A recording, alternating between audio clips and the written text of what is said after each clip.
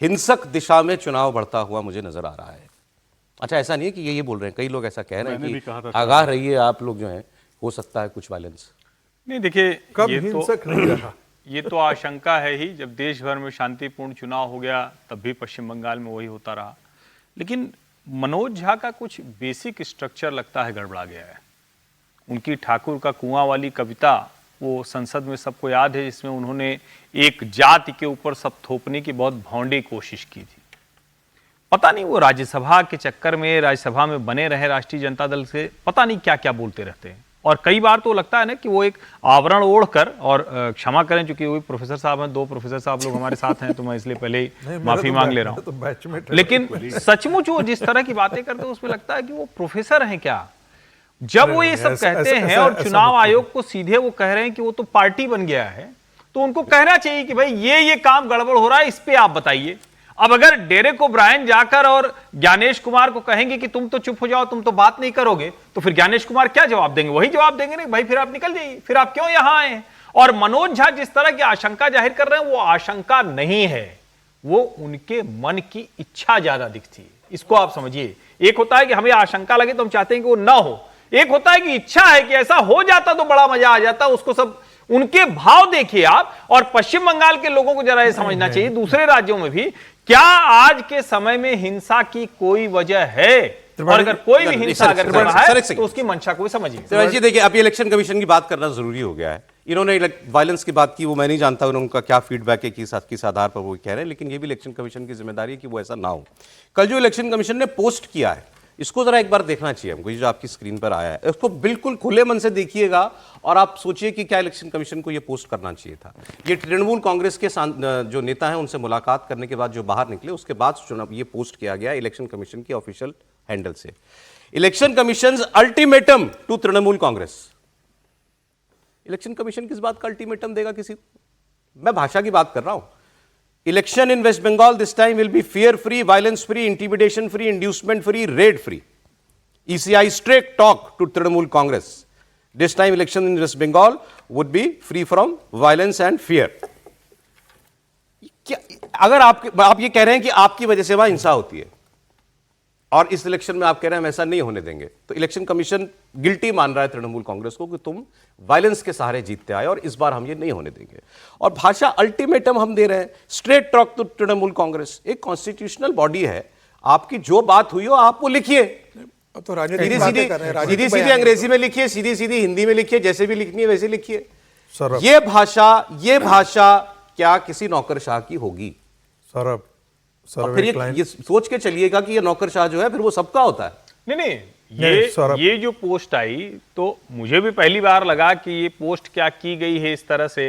लेकिन election commission ने तृणमूल कांग्रेस को सीधे ये कहा, इसको कई मतलब उस तरह से देखे तो कहा जाएगा क्यों उन्हीं को कहें, लेकिन सत्ताधारी पार्टी जिस तरह के आरोप लगा रही है और उसमें अगर आप देखें जैसे चेतावनी या अल्टीमेटम या 2 टूक, इन शब्दों को हटा दें तो बाकी तो ठीक बात है ना। अगर उसको हटा दें तो चुनाव अरे सर एक सेकंड, क्या बात करें बात, वहां चुनाव हो रहा है 2 प्रमुख पार्टियों के बीच में, टीएमसी और बीजेपी के, और इलेक्शन कमीशन कह रहा है उसमें से एक को वो कह रहा है कि तुम दंगे के दम पे जीतते हो। सौरभ यही कह रहा है ना, ये कोई छिपी हुई बात है। ये इलेक्शन कमिशन का काम भैया कहने का है।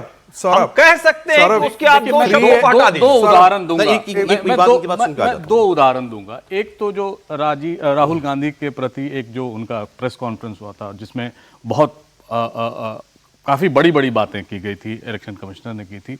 कॉन्स्टिट्यूशनल अथॉरिटी, हमको सबका रिस्पेक्ट करना चाहिए। टीएन सेशन के जमाने को हमने देखा है, आज तक ये देख रहे हैं। लेकिन जो भाषा इसमें लिखी गई है एक पार्टी का नाम लेके, वो मुझे थोड़ा ऑब्जेक्शनेबल लग रहा है। और डेरेक ओब्रायन थोड़ा नहीं सर, पूरा ऑब्जेक्शनेबल। और यही नहीं, एक इलेक्शन ऑब्जर्वर थे यूपी के, जो प्रिंसिपल सेक्रेटरी रैंक के हैं, अनुराग यादव, पेपर में भी नाम आया है। उन्होंने इनसे बहस की कि आप इस तरह बात नहीं कर सकते हैं। उनको इलेक्शन कमीशन ने डिबार किया कि आप यहाँ ऑब्जर्वर में है खबर। जी, ये ऑब्जर्वर थे ना, ऑब्जर्वर थे डिस्ट्रिक्ट। उनसे पूछा गया कि आपके कंस्टिट्यूएंसी में कितने बूथ हैं, आज आप कितने बूथ को, उनको पता नहीं था, जो भी कारण था। तो उन्होंने जो लफ्ज का इस्तेमाल किया, जो लहजा का इस्तेमाल किया, उनमें दोनों में तनातनी हो गई। और उनको डिबार करके वहां से बाहर निकाल दिया गया। तो इलेक्शन, देखिए, कॉन्फिडेंस और एरोगेंस ये दो चीजें हैं, और वो कॉन्फिडेंस कॉन्स्टिट्यूशन आपको देता है, लेकिन इंडिविजुअल उसको अगर एरोगेंस में बदल दे तब वहां प्रॉब्लम होती है। आप कहते हैं कि ये टीएमसी का डेलीगेशन आया, सो एंड सो मेंबर्स इसमें थे, मिस्टर डेरेक ओब्रायन ने ये किया, वो उनकी भाषा ठीक नहीं थी, he was replied to in such a manner by the election commission. आप बता देते जो हुआ फैक्चुअली, वो बता दीजिए अंदर जो हुआ।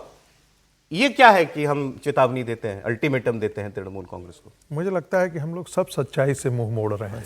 गजब कर रहे हैं। जब विधानसभा का चुनाव हुआ था पिछली बार, तो कितने लोग भाग करके, 75,000 लोग भाग करके बंगाल से गए थे। क्या कर लिया था इलेक्शन कमीशन ने? एक मिनट सुन लीजिए। इलेक्शन कमीशन उसमें कुछ नहीं कर सकता। लॉ एंड ऑर्डर उसको उठा करके वहां किसी को पकड़ के नहीं ला सकता है। जब पंचायत चुनाव हुआ था तो लोग झारखंड भागे थे और आसाम भागे थे। गुंडागर्दी किसकी थी साहब? गुंडागर्दी टीएमसी की गुंडागर्दी थी।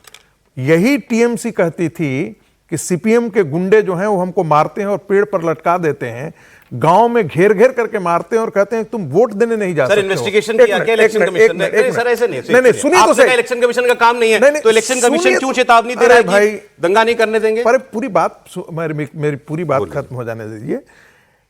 सब कोई जानता है कि बंगाल में हिंसा होती है। बिहार में हिंसा क्यों नहीं हो रही है? उत्तर प्रदेश में हिंसा क्यों नहीं हो रही है? क्योंकि हिंसा की संस्कृति को पाल पोस करके और खड़ा करके और उसको पुष्ट करने का काम टीएमसी ने किया है। आज जाकर के यदि वो यहां एसआईआर नहीं हो पाया तो उसकी जिम्मेदारी किसकी है? आज आप कह रहे हैं इलेक्शन कमीशन की जिम्मेदारी है। ममता बनर्जी ने क्या फिर वहां एसआईआर होने दिया? क्या नहीं होने दिया? घुसपैठियों को बचाने के लिए कौन आया वहां? ममता बनर्जी आई। उनको वोटर आई कार्ड किसने प्रोवाइड किया था वहां पर? सर, मैं सुन लीजिए। नहीं सर, समय भी तो है सर। एक किसी संवैधानिक संस्था का कोई दायरा है कि नहीं है? ये तब हुआ है जब जाकर के अपने दायरे में अपना काम कीजिए और उस दायरे में रहकर के जितनी बात बनती है वो कहिए आप। एक सांसद को चुने हुए, एक लाइन, चुने हुए सांसद जाकर के चीफ इलेक्शन कमिश्नर को तुम तड़ाक कर सकता है क्या? नहीं कर सकता। तुम नहीं बोल सकते हो तो उसको जवाब दिया होगा। नहीं, जवाब दिया ना। तो वो जवाब बताए ना, वही तो बता रहा है कि भाई हम फेयर इलेक्शन कराएंगे।